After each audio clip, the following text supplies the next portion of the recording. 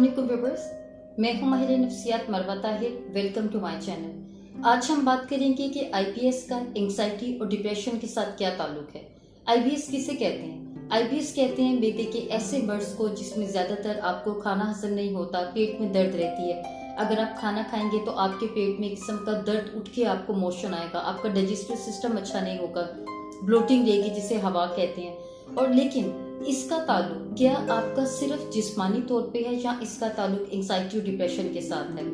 IBS एक ऐसा मर्ज है जिसको 90% लोग ज्यादातर मेडिसिन से ट्रीट करते हैं, ज्यादातर मेडिकल स्पेशलिस्ट के पास जाते हैं, मैदे की दवाइयाँ खाते हैं। लेकिन हकीकत ये है कि ये मैदे का मर्ज नहीं है।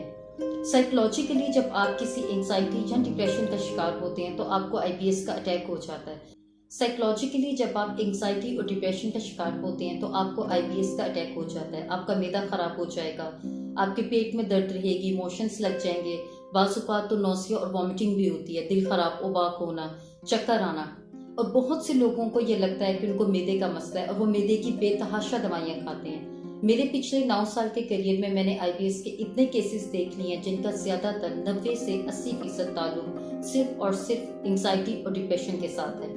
आज हम आईबीएस को एंग्जाइटी और डिप्रेशन के साथ कोरिलेट भी करेंगे और ये भी आपको बताएंगे कि एंग्जाइटी और डिप्रेशन का ताल्लुक आईबीएस के साथ कितना है और मैदे के साथ कितना है। जब भी आपको एंग्जाइटी होती है या आपको डिप्रेशन का अटैक हुआ होता है या आप किसी स्ट्रेस को डील कर रहे होते हैं तो सबसे पहली जो इंसानी अज़ा में, इंसानी जिस्मानी अज़ा में जो चीज़ सबसे ज़्यादा जल्दी डिस्टर्ब होती है, ख़राब होती है, वो आपका मैदा होता है। उसके बाद दूसरी चीज़ होती है हार्ट।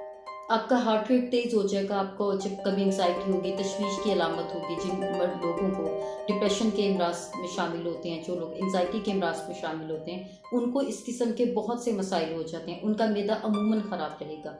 लेकिन आईबीएस एक ऐसा मर्ज है, एक ऐसा मैदे का मर्ज है जिसका ताल्लुक 90% सिर्फ और सिर्फ ज़हनी अमराज के साथ है। जब भी किसी पेशेंट को आईबीएस का अटैक हो या उसको किसी भी किस्म का मैदा खराब हो जाए तो उसे चाहिए कि वो सबसे पहले ये इवेल्युएट कर ले कि क्या आपको मैदे का मर्ज है या आपको सिर्फ आईबीएस का अटैक हुआ।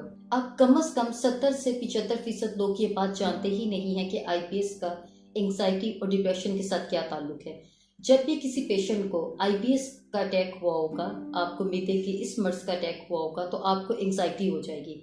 एंग्जाइटी कैसी होगी कि आपको परेशानी इतनी रहेगी, आपको फील होगा कि जैसे आपको कोई मसला नहीं है, मगर फिर भी दिल डूबेगा, दिल में खौफ महसूस होगा, परेशानी रहेगी। जबकि हालात आपके बिल्कुल ठीक होंगे, इकोनॉमिकली भी आप ठीक होंगे, कोई डिप्रेशन नहीं होगा, कोई मसला नहीं होगा, लेकिन हालत आपकी ऐसी होगी कि जैसे ये हालत बयान से बाहर है। इसीलिए बहुत से लोग जो आईबीएस का शिकार होते हैं उनको एंग्जाइटी पीक पर होती है। और अगर आपने पहले डिप्रेशन को फेस किया है या आपकी चाइल्डहुड की ट्रॉमेटिक हिस्ट्री है, डिप्रेशन की हिस्ट्री है, तो उस तरह के जो लोग होते हैं उनको भी आईबीएस का अटैक होना नॉर्मल बात है। अब जब भी किसी पेशेंट को आईबीएस का अटैक हो सकता है, उसके लिए उसको क्या करना चाहिए?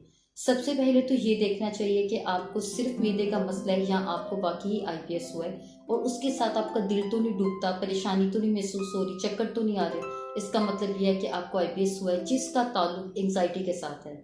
आईबीएस का अटैक बाद में होता है, एंग्जाइटी पहले होती है। बहुत से लोगों को ये मसला पता ही नहीं है। वो सबसे पहले मेडिकल स्पेशलिस्ट के पास जाके दवाइयाँ खाते हैं। वक्ती तौर पे तो वो मसला हल हो जाता है लेकिन कंप्लीटली सॉर्ट आउट नहीं होता।